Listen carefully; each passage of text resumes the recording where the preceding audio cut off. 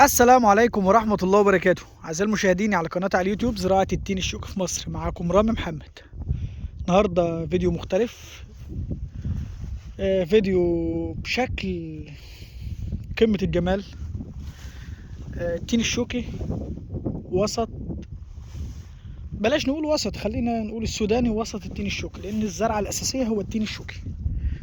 ده الفول السوداني يا جماعة، ومتحمل على التين الشوكي. عشان بس أنا بقول لك للناس، أنت مش بتزرع زرعة خطيرة يعني تين شوكي، أنت بتزرع زرعة يعني. كان مثال زمان كنت بشوفه دايما لما كنا نحرت والجرار شغال، كنت تلاقي ابو جردان نازل ينجي الدود، يقول لك لا ما تضربوش، سيبه، ده صديق الفلاح.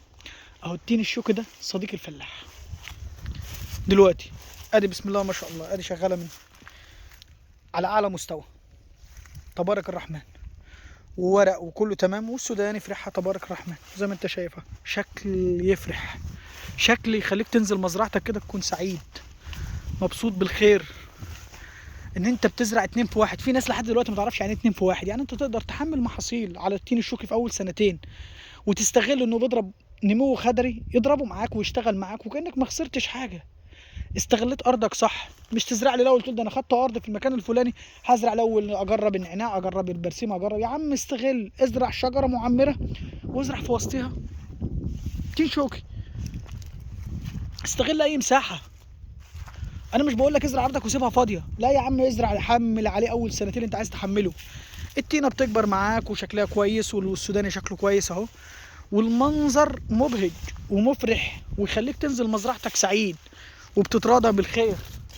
نلف لك الجنب التاني زي ما انت شايف كده، حاجه في قمه الجمال. عارف هوصل لك احساس، انت لما تمشي جوه مزرعتك وهي ناجحه، آه، بتكون اسعد انسان في الدنيا.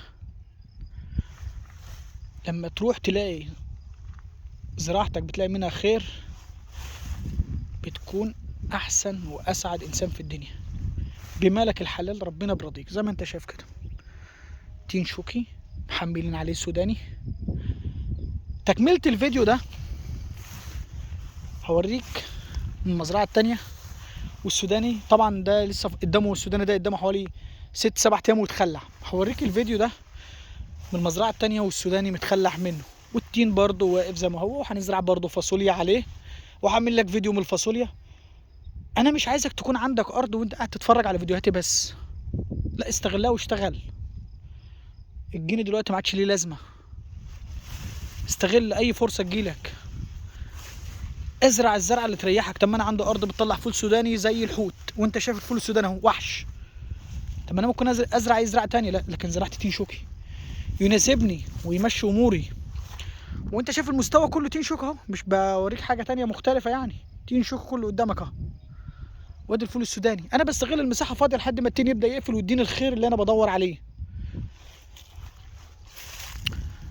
فغير ثقافتك، غير تفكيرك، والله والدنيا هتتغير معاك وربنا هيرضيك زي ما انت شايف كده.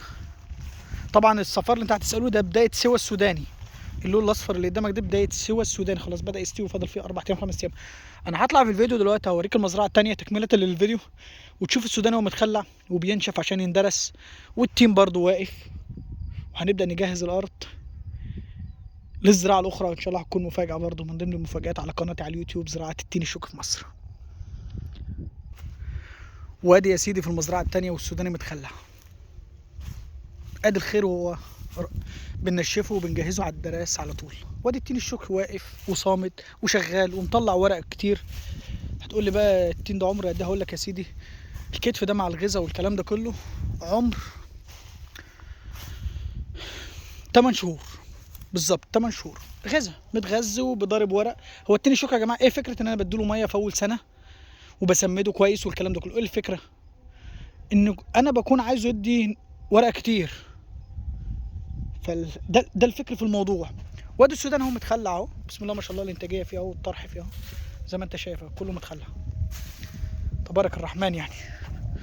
دعواتكم لينا بالخير، واي حاجه انت محتاجها عن التين الشوكي والزراعات والتصميم تحت امرك، مفيش اي مشكله خالص. بسم الله ما شاء الله. بص على الانتاجات السوداني تبارك الرحمن. طبعا هو كده محطوط بيتنشف وهيبتدي يندرس على طول ويتباع. طبعا الارداب بسم الله ما شاء الله يعني خير، يعني بيجي منه الفول السوداني تبارك الرحمن. الارداب وصل 3400. الفدان ممكن يطلع في حدود 20 ارداب زي ما انتم شايفين كده. مش عايزك تركن، مش عايزك تفكر، مش عايزك تتفرج عليا بس. انت لما تتفرج عليا وتعمل له لايك والكلام ده كله انا بستفيد على فكره، لكن عايزك تكون عملي، تشتغل، تكون جاد، مش ماسك ارض ومتردد، مش معاك فلوس ومتردد، لا اشتغل. انا مش بقولك ازرع تين مني كمان، يعني بقولك ازرع من اي حد يا عم، مش شرط مني. تعامل مع حد يكون فاهم وليه في المجال وازرع منه وتوكل على الله وانشأ مشروعك زي ما انت شايفه. اه تين شوكي برضه مش بفكر انا كله تين شوكي. الخير ده كله من التين الشوكي.